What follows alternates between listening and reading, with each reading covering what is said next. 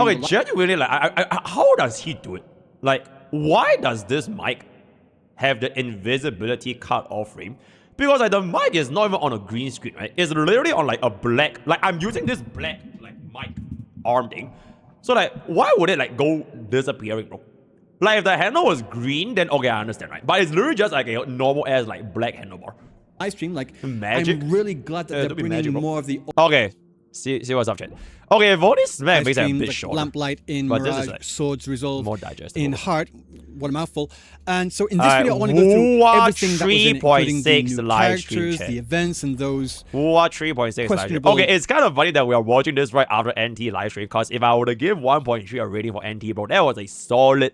I'll give it a solid 8.5 out of 10 for a live stream, for a seemingly random ass live stream. Whether this patch is really actually worth getting hyped for. So let's break it all down. First off, bro, the moment we start with bro just spawns in. Okay, flying around on swords, like especially with Qing Shao, instantly remind me of Where Winds Meet and that classic Murim style movement. But on that note, remember when Kuro explicitly stated that they weren't going to do flight anymore? And yeah, did they just like throw that out the window? Because between the expedition bike glider thing and now this, like we basically have full flight back. And I mean, I'm not complaining, but it's just pretty funny. Moving on to the characters, I absolutely loved Qing Shao's convent animation. It was really, really elegant and really embodied who I expected her to be. And her combat animations were just as good as I had hoped too.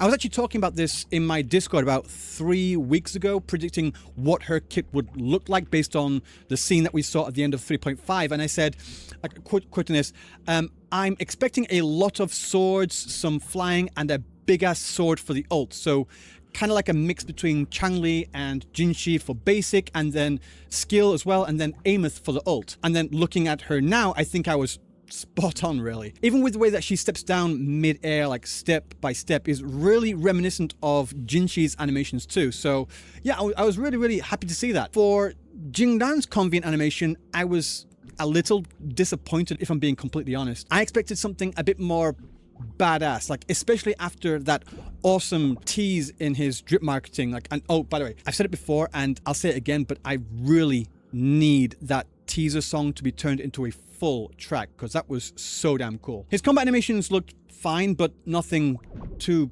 crazy. Just looking at him, I felt like he probably should have been like a gauntlet user or something, but weapon types don't really matter in this game anyway, so it's whatever. I also thought that the banner splits were pretty funny too. Like Jing Xiao's banner is literally 100% female characters, like with Jing Xiao, the OG Yang Yang, Baizhi, and Sanhua.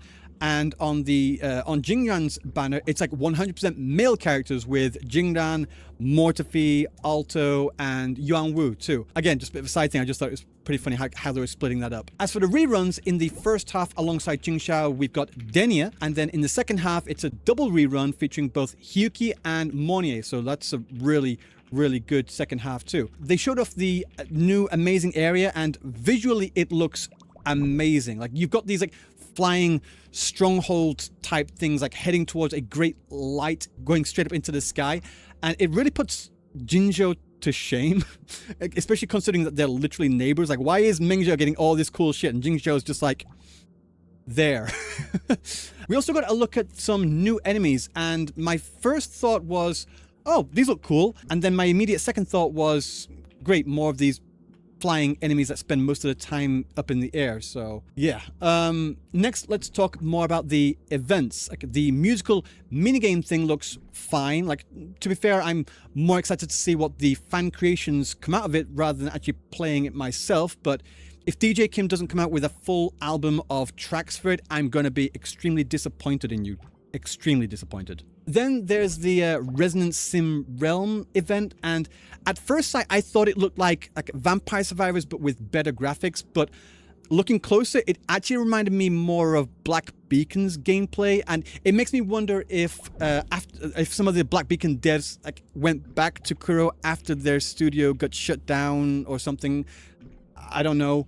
Either way, I'm looking forward to playing it, because that game, like Black Beacon, never got released in Japan, and I was really looking forward to like checking it out. So this will be my first chance for that.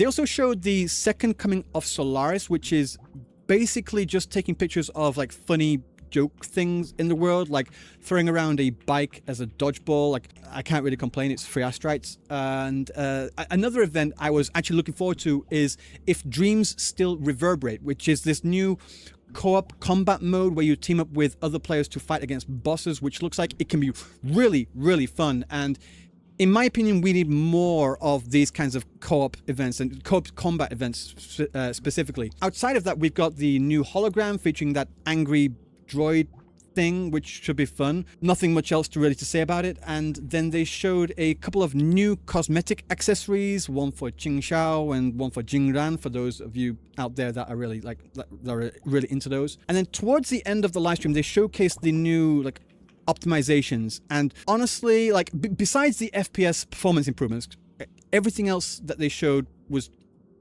absolute ass. I'm sorry, I can't put it in any other way. Like the actual FPS stuff was really good. Like I'm always in favor of better optimizations to make this game more playable across all the devices and getting more FPS for all the people that want to play this game. But like they showed stuff for like sharing scores or pulls and the custom backgrounds for the expedition bike and things like that. Like yeah, it's cool, but like who is really asking for any of that? I mean, it's good to like add it in as an extra thing, but like they put it first and foremost as like, oh, you're all asking for this, and like, who was asking for it? They also added like a better algorithm thing for like auto selecting echoes, but that's completely useless if you don't have the echoes already in your inventory for it to like choose from.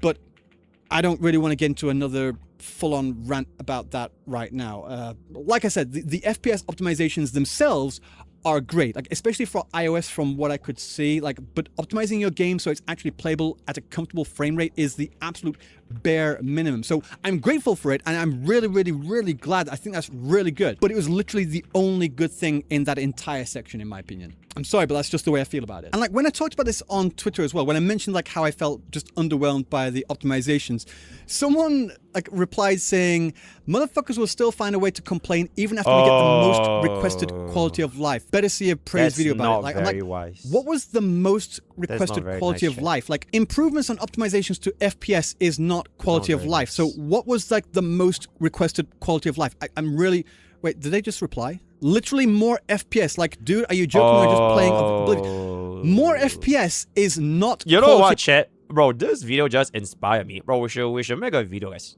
Bro, we should make a video about the cancellation of Genshin, guy. And then like we're talking like a whole as like serious as to like, so just the other day, one of my viewers unfortunately has been cancelled by the Genshin Impact community because bro is just spouting absolute nonsense, right, regarding the situation with all that. Yeah, bro, we'll talk like 20 minutes about how Genshin guy is done, right? Okay, but that is very, of life. Those are two different things. Do people just not know what the fucking meaning of words are? Whatever. And like I said, I'm glad, and I said in my original post, besides graphical improvements, all of those optimizations were absolute fucking ass. So like I said, the graphical improvements, but like this FPS, went too far.